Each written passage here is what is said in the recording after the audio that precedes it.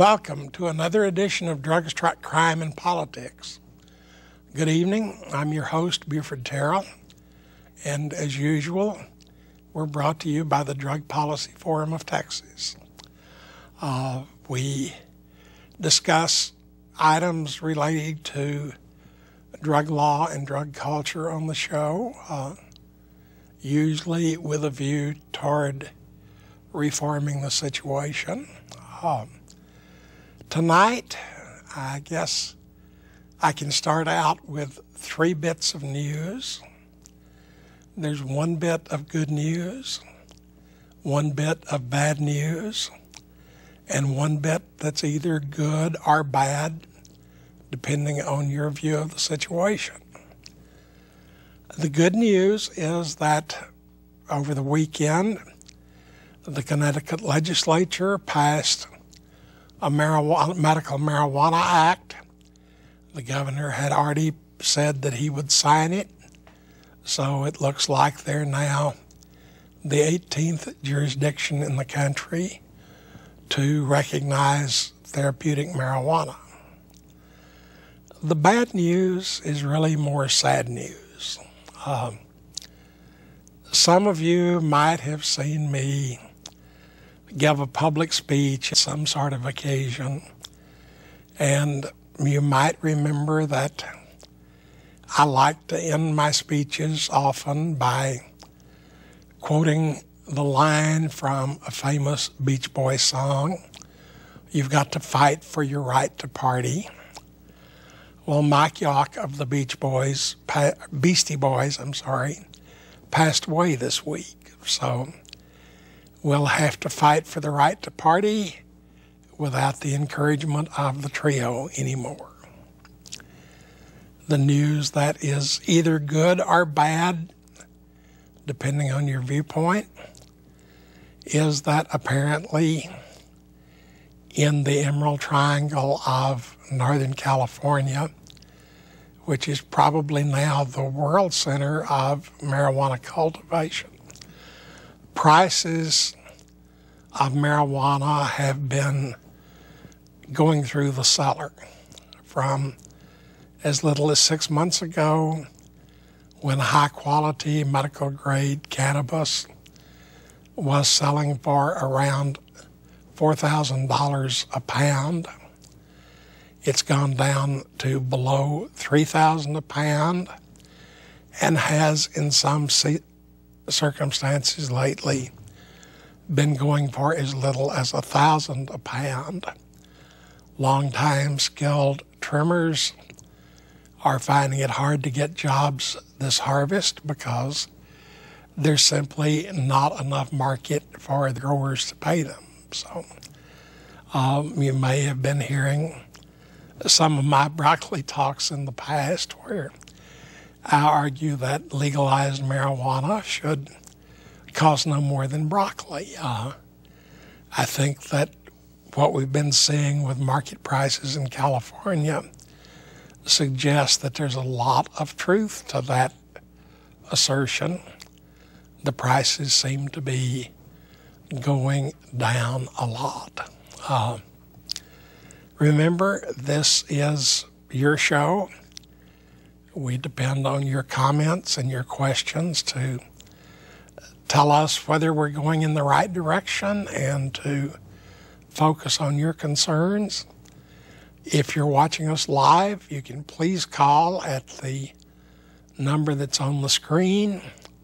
If you're watching over the internet or on YouTube, please send your comment or question by email to the address on the screen, and I will get to it, give you a response within a day or so, and we may or may not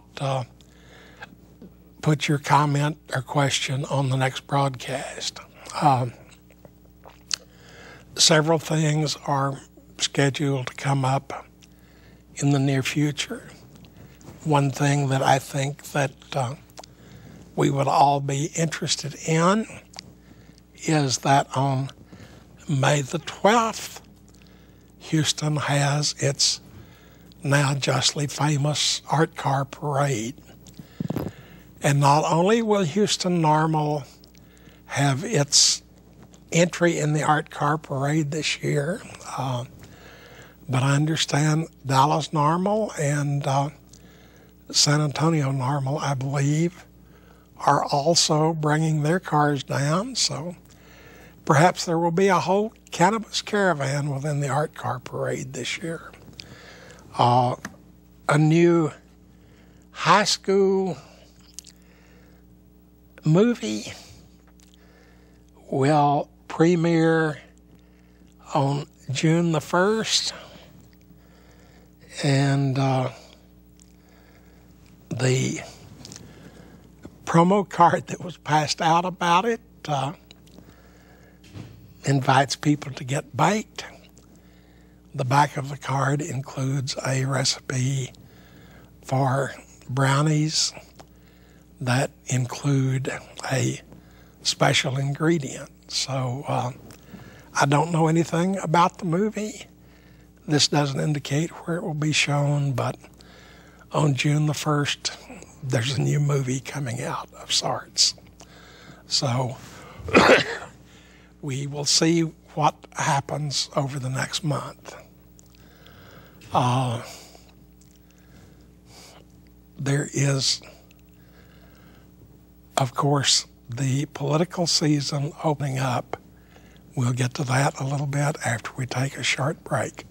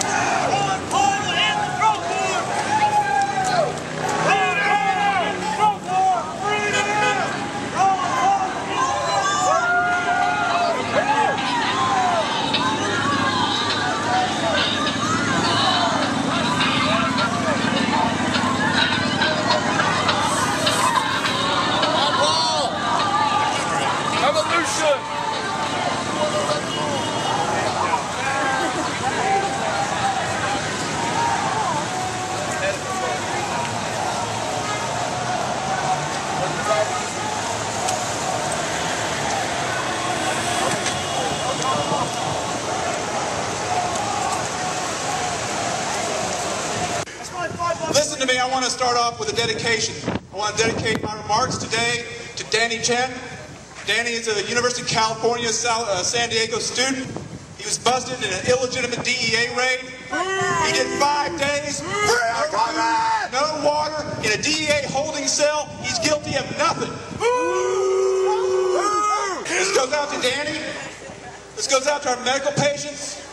This goes out to the men and women in Huntsville that I taught in prison. This goes out to the four-footed brothers and sisters who are shot down because they simply defend their owners during illegal police raids. I come to you today to let you know that this is a time to choose. Your freedom is evaporating daily. Let's take an assessment of our tactical situation. Where I come from, the first thing you do when you find yourself in the wilderness is you assess your situation. Our numbers are few. Our list of allies is growing thin. California has failed. And it's time for us to stand up and make the difference. You need to choose what kind of country you came to live in. Texas! 40 years ago, at the advent of the war on drugs, the United States had an imprisonment rate in sync with the rest of the civilized world. Now it is 7 times higher than the rest of the civilized world. I said it's 7 times higher. We arrest and incarcerate people at a greater rate than the People's Republic of China. Your statistics. We have more people in our criminal system than the People's Republic of China. We have 130% more people in our criminal system than the People's Republic of China. Outrage! Is that what you came to do? Is that what you came to do? No! Where's your voice? Right here! Is that what you came to do? No! What are you going to do? Legalize! The time has come to choose. Do you want to sit still and slowly watch a police state envelop you and your families?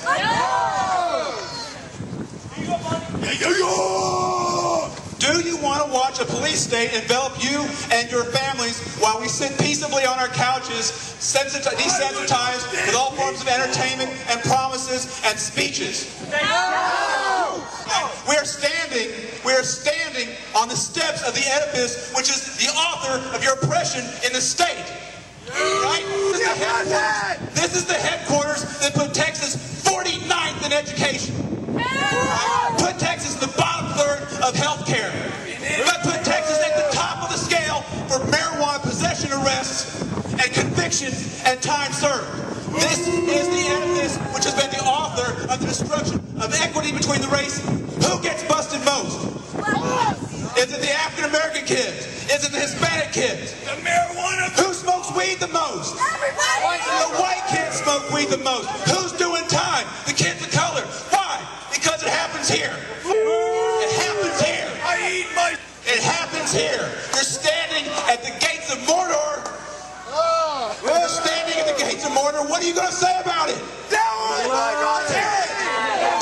up! Wake up! Wake up! Let them hear you. Weed or bleed. Weed or bleed. Weed or bleed. This is about your liberties. Now listen, there's no doubt cannabis is a healer. Do you know that? Cannabis is a healer. Right? We need our medicine. Are your personal rights as cannabis users infringed daily? All right, let's take it to one more higher level. Your country needs you. Your country needs you. Your Constitution isn't going to fail because of stupid tax policies like they like to argue about. Your Constitution is not going to fail whether or not some woman chooses to have an abortion. Right? Your Constitution will fail when an ever-expanding police state creates more and more and more illegitimate reasons to invade your privacy, search your property, and accuse you of crimes for which you can be incarcerated, most often without a criminal trial in front of a jury. Amen. Do you know, in the state of Texas, almost 80% of prison sentences result into court decrees without trial by jury. Is that what you came to do? No! Are you going to roll over for your masters? No! What are you going to do? Fight! You've got to fight. I don't want love, I want victory. I have not come for peace, but to spread struggle. You need to write your representatives. You need to march more. The number one thing you can do, here's the number one thing you can do right now. Go find 3 people who don't agree with you, convert at least 2 of them, because you know what? They're going to serve on your jury. Yeah. Our first weapon is jury nullification. Our first weapon is jury nullification. Nullify! Nullify! Nullify! Nullify! Nullify! Nullify! No conviction! No conviction! No conviction! No conviction! None at all! No black kids, no brown kids, no conviction. Nobody! Tell your communities. Tell your communities. Convince people at the dinner table and at parks and at social events. Go to them first. These people will be the last to fall. We agree. These people will be the last to fall because they are in the pockets of corporations and the PACs. I've heard people criticize Lois Corkhorst because she doesn't allow bills to come out of the committee regarding medical. You know what? Forget that. It's the Speaker of the House. He doesn't let Lois do his job. He's too busy following the agenda of his paymasters. Yeah. Nullify. Change hearts and minds of your community. Go to church. Go to political parties. Go to community rallies. Get regular citizens and start talking it out. Ask them one question. Did you know we imprison more people than China? Ask them that because they don't know that. Don't we have like 60% of the world's population? The United States has 5% of the world's population total and 25% of the entire world's prisoners. More people than China, more people than Latin America combined, more people than European Union. Why the hell are you not mad? Why are you not mad? rest of your friends and your family off the couch. You are living in a growing dictatorship. And believe me, my friends, a steel fist, when it is encased in a velvet glove, is still a steel fist. Yeah. Cross them and find out. Cross them and find out what's inside that velvet glove. Yeah, it's TV and music and football now. Cross them and find out what's inside that velvet glove. Join your brothers and your sisters behind bars, and then you're going to know. But you know what? It's going to have come while we sat around, while we faded, while we bitched, while we griped, but did not act. When your Constitution is gone, when you live in a genuine police state, and it may be a soft power police state, but it will be a police state. When your only outlet is pre-programmed digital entertainment and nothing else. When they continue to serve up to you corporate-sponsored candidates from an approved list of negotiations and discussions that occurred before they ever came before you, then you're going to know. What are you going to do? Legalize it! Weed or bleed! Weed or bleed! Your country needs you. Here's the thing. The conservatives can get on board. The conservatives can get on board. You don't have to be a cannabis user to like the Constitution. You don't have to be a cannabis user to like the 4th and 5th Amendment. You don't have to be a cannabis user to see that we are destabilizing Mexico, Central America, Latin America. Where's the next war? Where's the next war? It's petro wars now. It's narco wars next. The Zetas are bumping DEA agents in Houston, y'all. Did you know that? No. Hell yes. I mean, yes. Hell yes. There's firefights in downtown Houston in the middle of DEA operations. They're losing. No. They're losing. And the only thing they're winning is keeping us in the cage. Mexico is a mess. It is. Colombia is reviving the narco control. Central America is a mess. Our security is eroding and our rights are declining. What are you going to do? All right, I'm about to go now. I'll leave you one more thought. Sometimes in our movement, we like to say peace and love to each other. I do not say peace. I say struggle.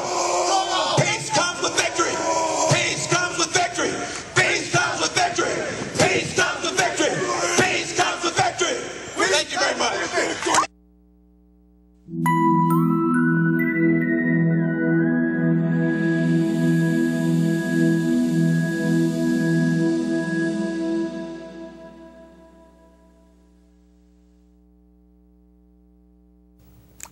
Welcome back to Drugs, Crime, and Politics. We're joined by our old friend, Dean Becker. Dean is the producer of all of the radio shows of the Drug Truth Network, and that's pretty much a full-time job. It is, Buford. I want to thank you for this invitation and the chance to be here.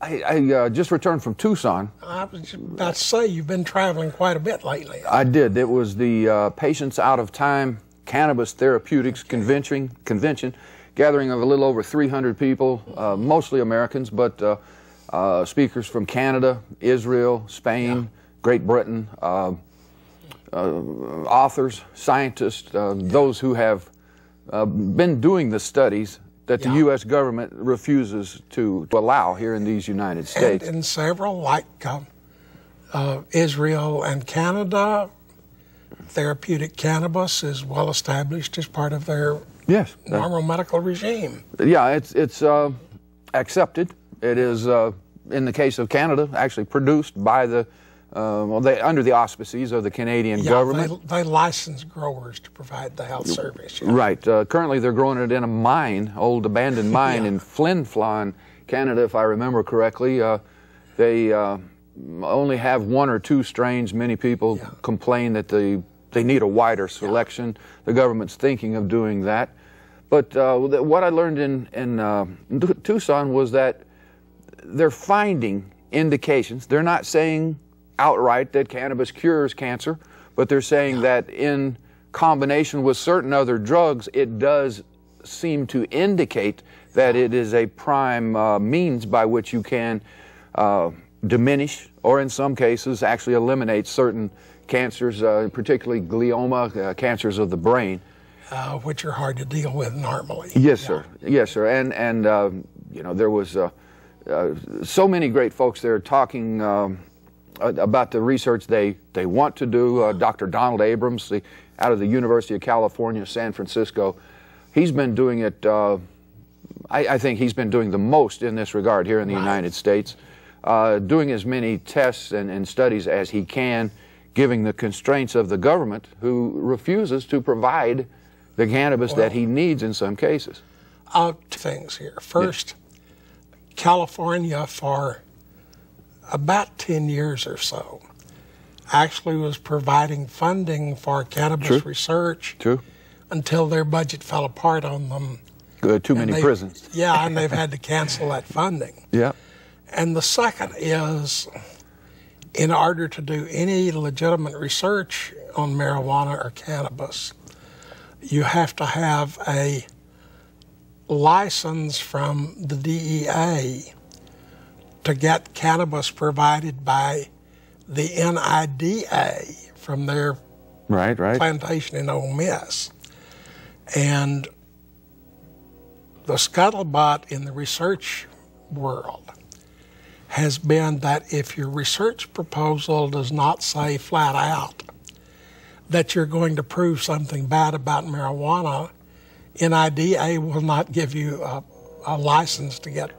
And that's something. I mean, the fact of the matter is that within the last week, our drug czar, Gil Kerlikowske, gave a speech at, I don't know, Center for American Progress, I think it was, and he was stressing how they're beginning to recognize that many times people are addicted, unable to stop themselves. They need help. They need treatment. He's trying to talk about how the government is changing their budget structure to allow for more treatment, for more education, and less monies for the funding of incarceration and prosecution.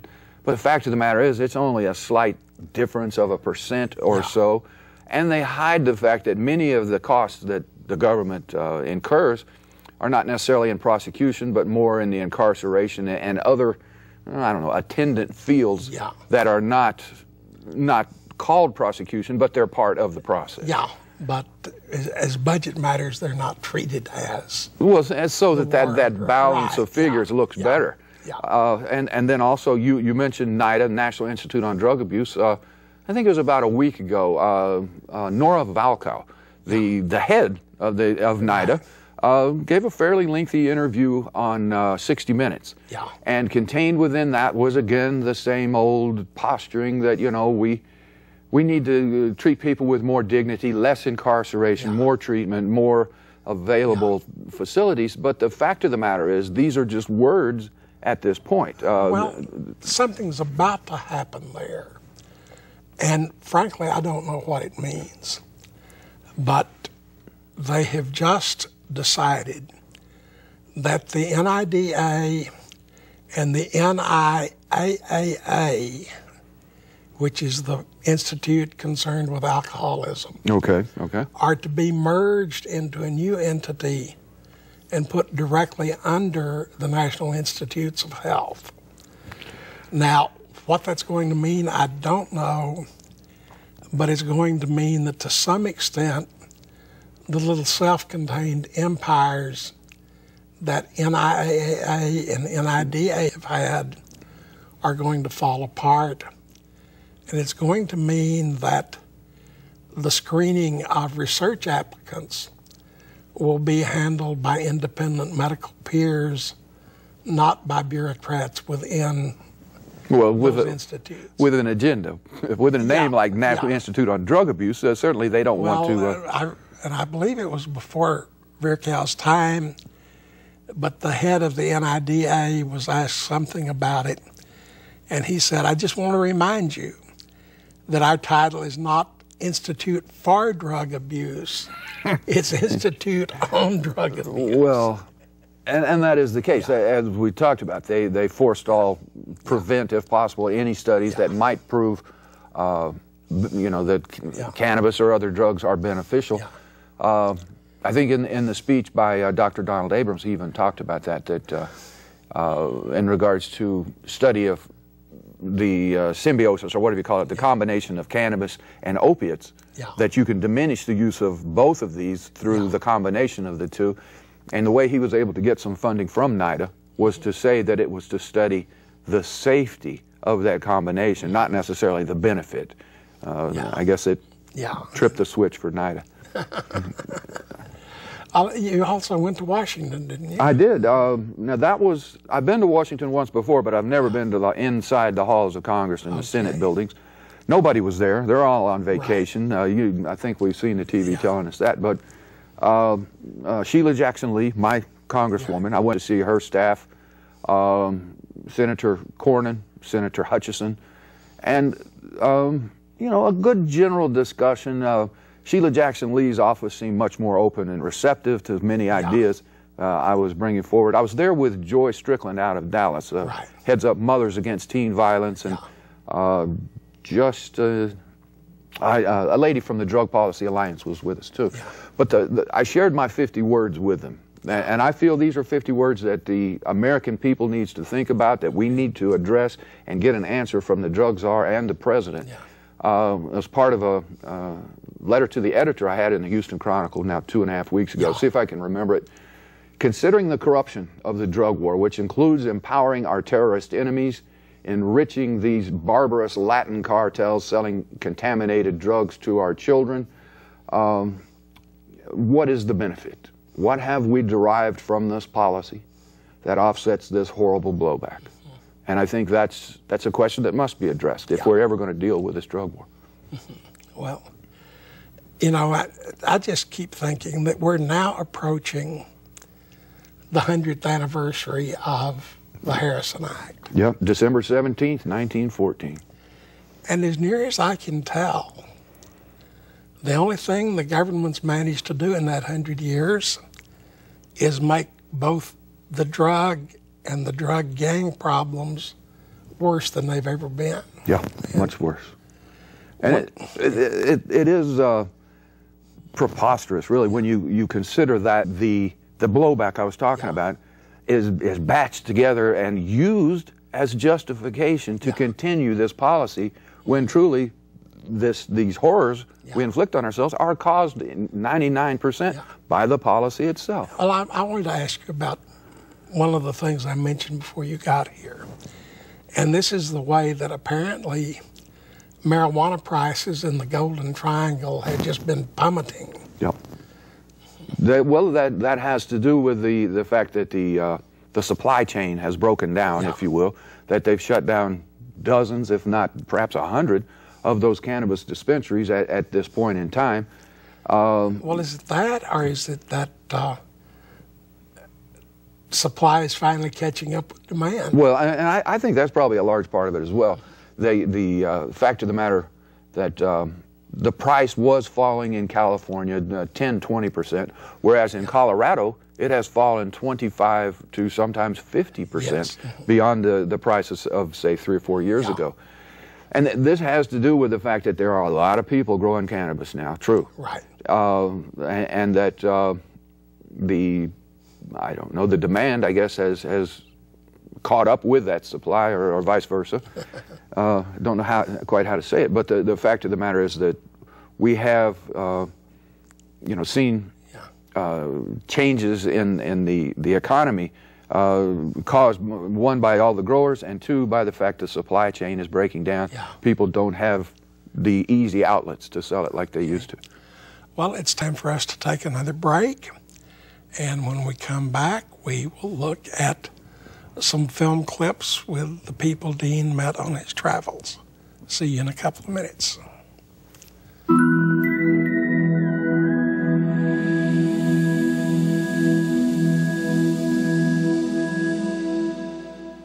The whole idea of a drug-free America and zero tolerance really doesn't make much sense, does it? So it does make sense, however, to find ways to reduce the harms associated with drugs.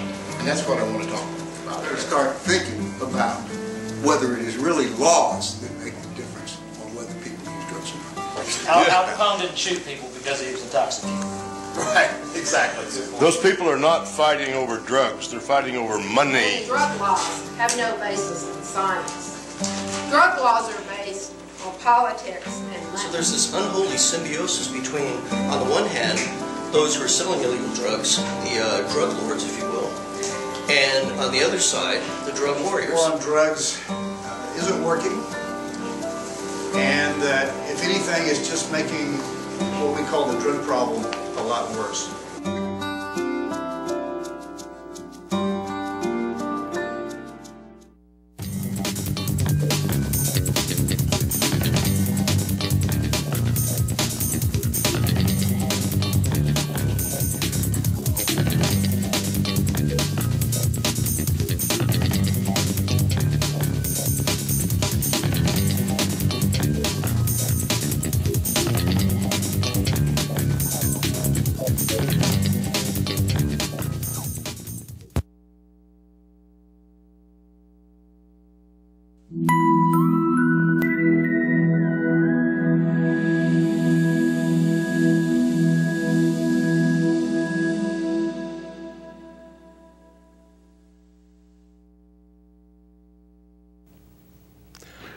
All right, here in just a minute, we're going to show you a clip of Dr. Andrew Weil.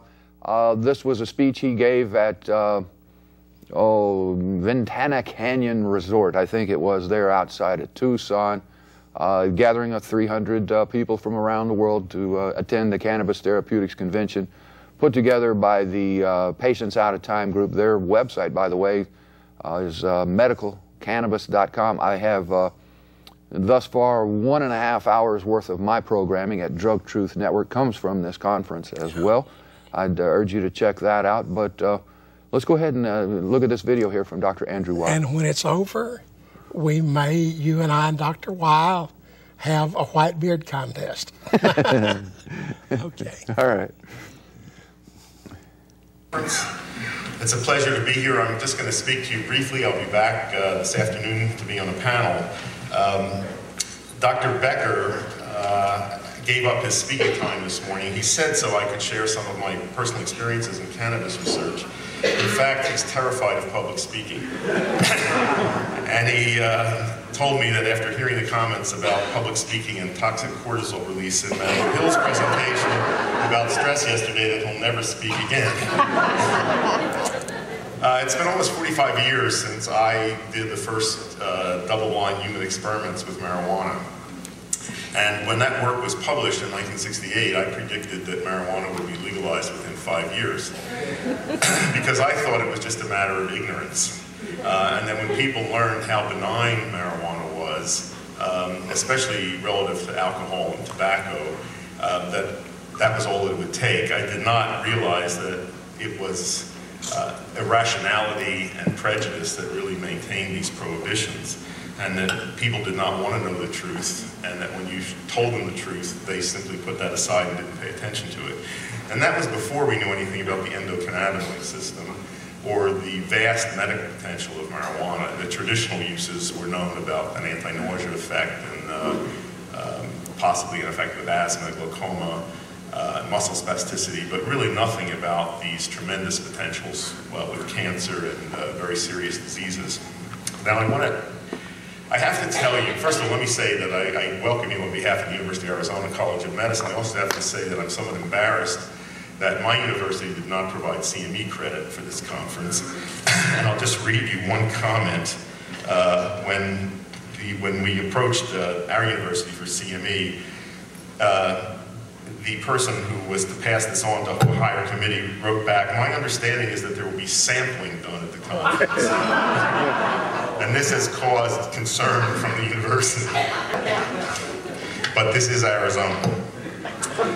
Now I have to tell you, and this is especially directed to physicians and other people in the healthcare professions here, it really is our responsibility that we are not able to use marijuana medically. And I think if you don't know the history of drug legislation in this country and the response of the medical profession and allied health professions to it, you really want to learn that. And I'll just briefly summarize this for you. Prior to the passage of the Harrison Narcotics Act in 1914, there really was no legislation controlling narcotics, which were mostly opiates and cocaine. And these substances, both in crude form and refined form, were widely available in over-the-counter and patent medications, which sometimes did not list the content on the label. Doctors, when they got their hands on morphine and heroin and cocaine, dispensed them like candy for everything, completely unaware of the potential dangers of addiction. They got thousands and thousands of patients addicted to these drugs. And when they were called to account for what had happened, their response, and this has been consistent over the years, is very predictable. Doctors say, this has nothing to do with us and our prescribing practices. These are inherently bad drugs, so please take them away from us. When the Harrison Narcotics Act was passed, it was a revenue act that was intended to monitor the movement of these drugs in society, keep records of them so we knew how much was where they were going, and so forth. There was no intent to interfere with medical use of these drugs or physicians' prescribing practices. The Justice Department, on its own, in the early 1920s, began going after doctors who were using opiates especially to help patients who were addicted get off them. And there were widely publicized cases in which the Justice Department prosecuted physicians for dispensing opiates to addicts. The AMA knuckled under completely to this. They put up no resistance whatever. And in the course of a short space of time, this legislation was transformed into an act of criminal prosecution. And doctors were terrified that they would lose their licenses and wanted nothing further to do with this kind of prescribing. In England, the same sequence of events occurred, and the medical profession there put up very stiff resistance to government attempts to interfere with the prescribing of these substances. As a result, what happened here never happened there completely. For example, British doctors retained the right to use heroin as a medical drug. Heroin has some advantages over morphine. It's immediately metabolized to morphine in the body, and there's really no difference in addictive potential. But heroin is more potent as an analgesic, meaning you can produce the same results with a lower dose. One of the problems in using morphine in patients is that it sometimes causes unacceptable side effects, especially extreme nausea and itching. And sometimes you can relieve pain with heroin at a lower dose that does not cause those side effects. So there's an advantage there. There is no reason why we don't have heroin as a medically useful drug, but in this country it was declared to be a demon drug that had no redeeming therapeutic purpose. The same thing happened when the Marijuana Tax Act was passed in 1937. Not one member of the medical profession stepped forward to protest that legislation. In fact, the AMA supported it. And in fact, the only opposition witness in Congress when that legislation was discussed was a representative of the birdseed lobby, which didn't want to have to go to the trouble of sterilizing marijuana seeds that it put into birdseed. So I would say to you that a big portion of the responsibility for where we are today is with us. It is our right to dispense the drugs that we deem to be safe and useful. And we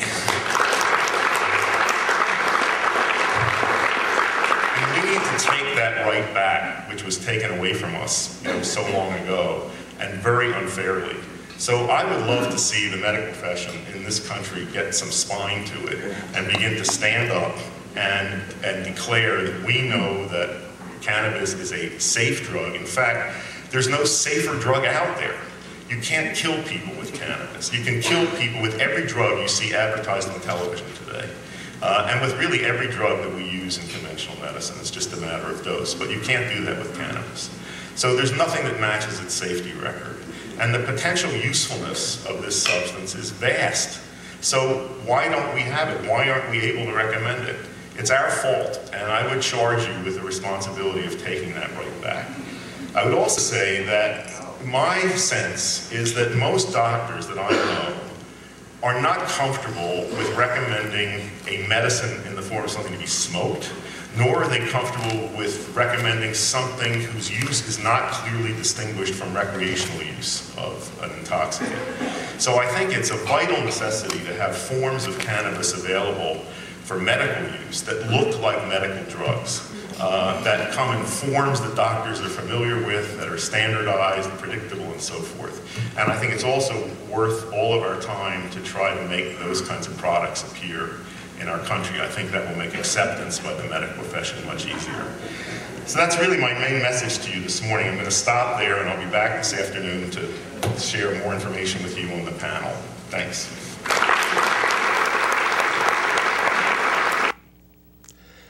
Well, there's one thing. It's clear that he's a medical doctor and not a historian, but right. I think we can forgive him his gaffes on the history. Well, sure, but I think maybe it is important to note that the American Medical Association did, in fact, object. Dr. Woodward, if I remember, for the Marijuana Tax Act, actually objected strenuously until they asked him to leave because they had an agenda they wanted to fulfill. We should point out that his major objection to the act, other than that it wasn't needed, was that it would hamper medical research. Right. That cannabis was a useful drug and more research was needed. And you know, in Buford, that's the real telling point. I mentioned earlier that, you know, the doctors in Israel, Canada, and elsewhere can do studies on human beings.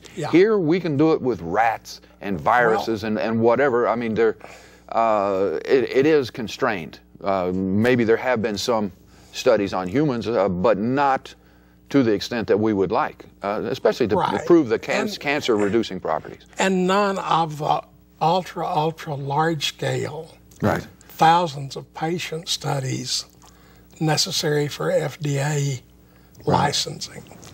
And to me, it really boils down to, as he mentioned, it's the one drug that's never killed anybody. You and I were joking during that a bale fell out of an airplane once, or killed someone at a dock when a container fell on them.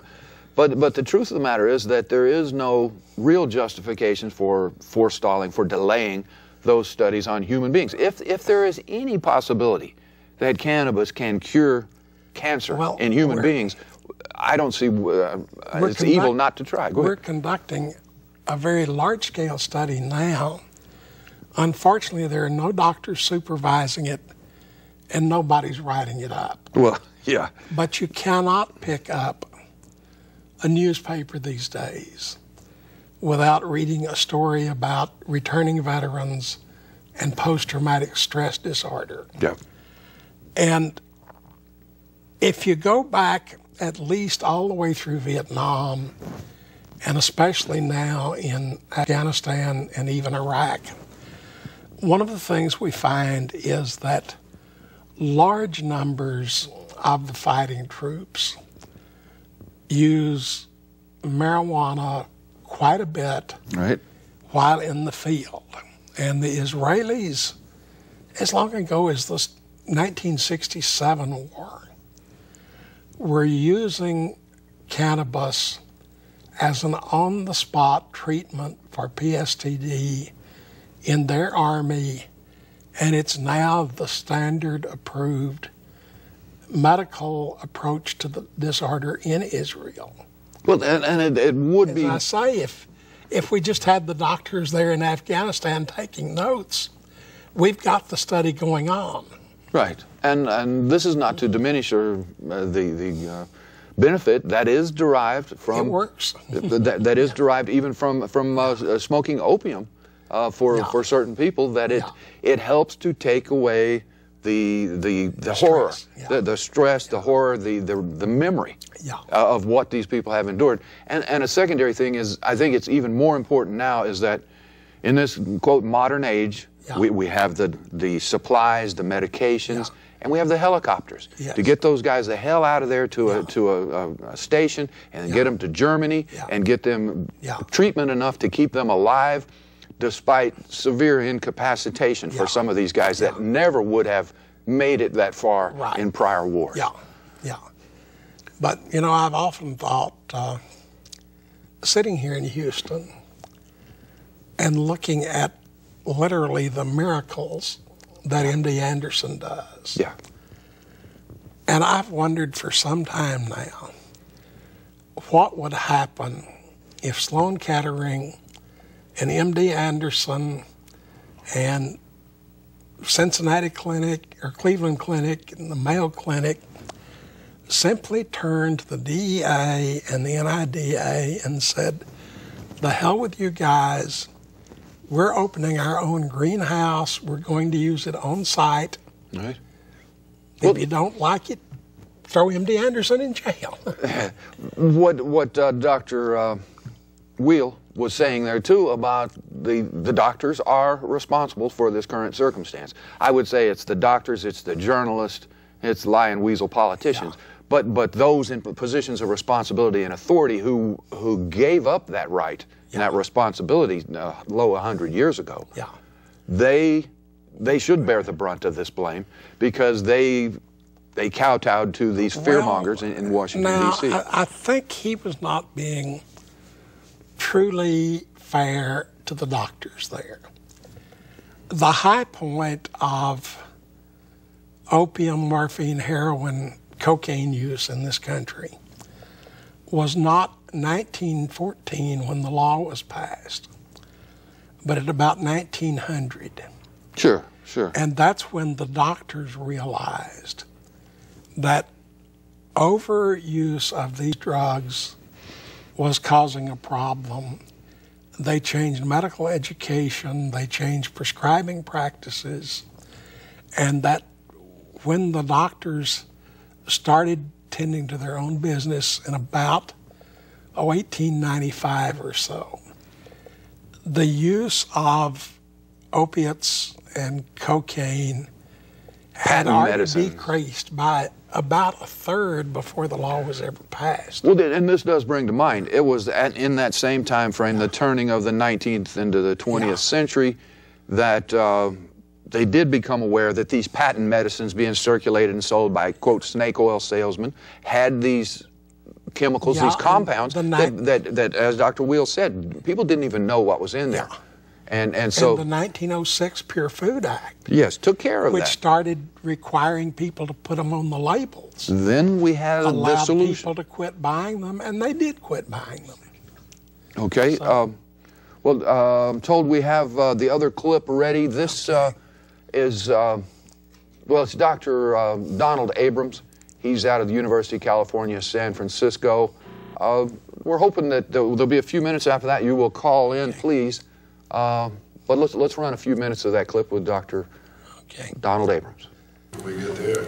So I would recommend to the American public that the next time they want to get a real opinion about medical cannabis, they go to a medical cannabis expert. And that doesn't mean some talking head on TV. It doesn't mean a legalization outfit like MPP or ASO or MO. It means that you go to a medical cannabis expert. And we have one of those coming up again. Dr. Donald Abrams, as we know, has led the education effort, really, in his area in San Francisco. He, by the way, I learned when we were in Providence, is one of the most respected, honored graduates of Brown University. And this is because of his pioneering work with medical cannabis and other areas. So please welcome this morning Dr. Donald Abrams.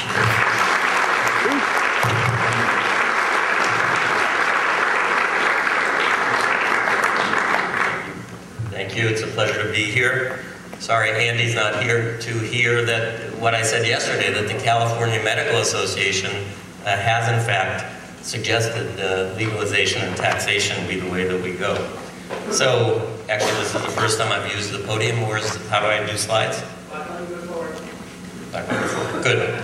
So this morning I'm going to speak about cannabinoids and cancer care. And with the theme of the meeting being the endocannabinoid system, I use this slide from my friend, the late Billy Martin, who describes some of the changes that occur when the endocannabinoids complex with the various cannabinoid and vanilloid receptors.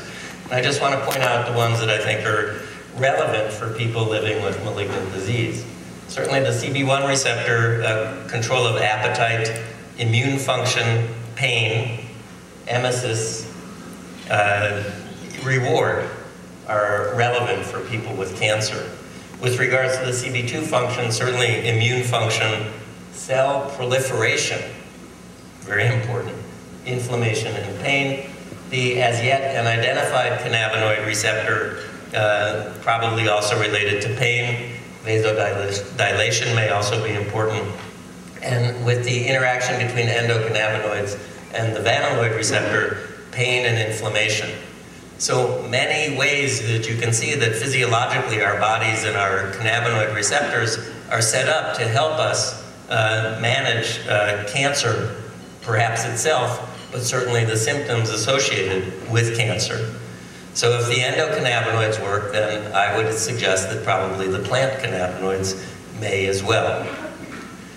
Now, before I focus on only the cannabinoids in cancer, we need to appreciate the fact that there are also a multitude of other chemicals that are present in the plant.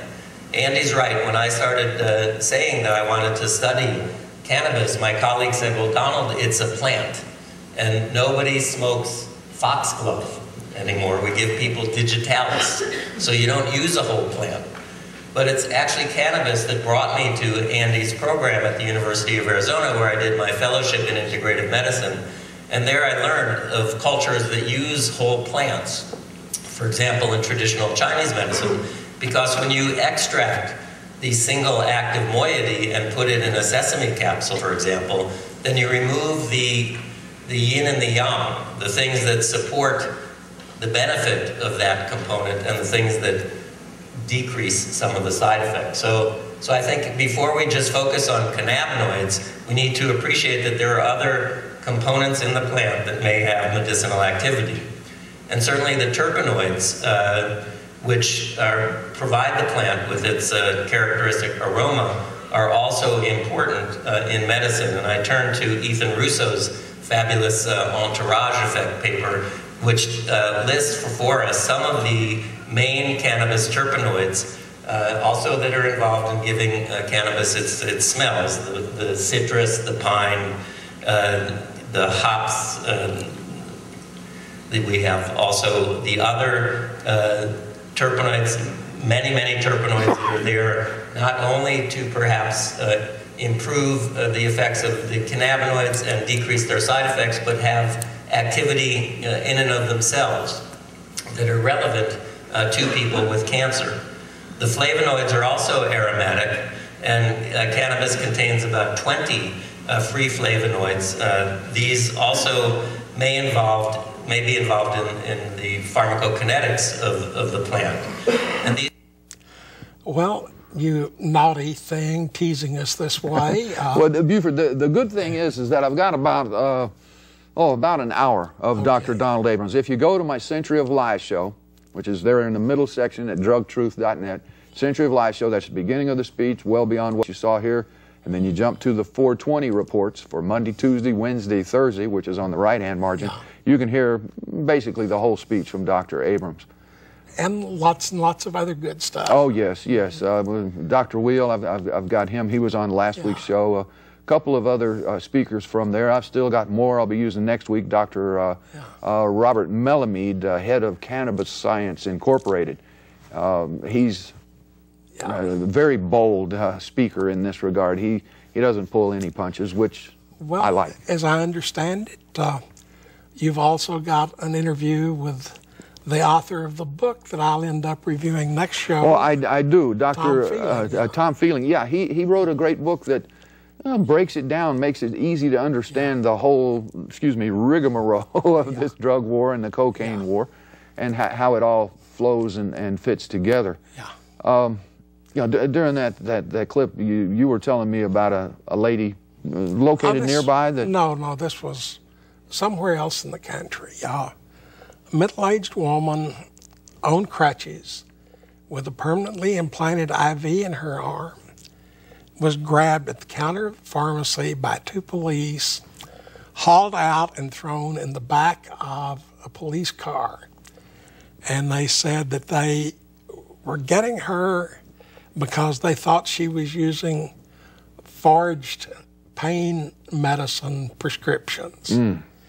And it seems that this woman had been using this pharmacy for an extended period of time. They knew her doctor, and she definitely was in pain. And in this case, at least, a couple of red-faced cops ended up releasing her. Sure. She really ended up, I guess, better off than the young man out in California. Oh, yeah. That young man... college student. College student was hanging out on 420 with a couple of friends, smoking some weed. Little did he know that in the back room was, I think, 18,000 tablets of an ecstasy smuggling operation. Right. And the DEA raids the place. There's 9 people there. They haul them to DEA headquarters. 7 of them are going to be charged. 1 is set free. This young gentleman we're speaking of was told he would be set free. Hell, they even offered him a ride home. But then they closed the door and forgot him for 4.5, going on 5 days with no food, no water. No food, no water, no lights. No lights, no toilet. Restroom facilities. Well, and he wound up drinking his own urine just so he could survive, because after 2 or 3 days without water, you have to put some moisture back in. And he was kicking the door, and no one heard him. Yelling and stomping and whatever he could, and no one wanted to hear him, would be my guess. I'm told his attorney and he are now suing the DEA for $20 million, and I think he deserves it. Questions whether you'll get it, but as I commented to some people the other day, he should be thankful that he was arrested by good, professional, well-trained, well-supervised American cops. Because just think what would have happened to him if he'd been arrested by the Stasi. Oh my. Well, yeah. Okay. Yeah, and I hate to be a conspiracy theorist, but Jesus, when your police force, when your federal police force is that inept or corrupt or incapable, whatever it might be, we do have a problem. Well, let me ask you this. Knowing what anyone would know just opening their eyes and looking around, would anybody with either half a brain or half a head of good sense take a job with the DEA these days? Well, they certainly receive their cat calls. When they busted Oaksterdam University, 6 weeks ago, a whole crowd of thousands of people gathered around to, they had to call in the Oakland police to protect the federal officers. Yeah, but it begins to wear thin, the logic of this drug war, that it, as I say so often, it has no basis in reality. It's a pipe dream of people who died long ago. The modern day adherents are sucking on their dream pipe. And well, I'm saying these days that we don't have a problem with drug addiction as much as we have a problem with drug law addiction. Yeah, yeah. And it's time to write your congressmen, your state representatives and senators, and tell them that it's time to go cold turkey and quit this foolish drug law addiction, and let's get things straight. Exactly. Yeah. Exactly. Dianne Feinstein had an op-ed in the newspaper The Hill. It's time to look at drug legalization or something to that effect. And I wrote a response saying, I want to look at drug war addiction, as you're saying, because there's no logic to it. Okay. Thank you once again, and we will see you in 2 weeks. In the meantime, listen to Dean at drugtruth.net or listen Sunday evening, 6:30, KPFT, 90.1 FM. Thank you. And good evening from both of us. Good job, my friend.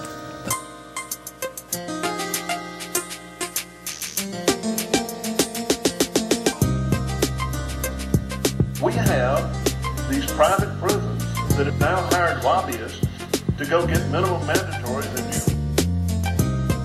I began to understand that the 17 or the 19-year-old kid I had in the backseat of my police car was not a criminal at all. Remove the profit motive. If you remove the profit motive, you can do away with almost all these problems. How do you do that? Simple. You end prohibition, which can only mean one thing. Legalize drugs. Legalize oral drugs. If we really want to improve our urban neighborhoods, the most important thing that we could do, the single most important thing that we could do, is end the war on drugs.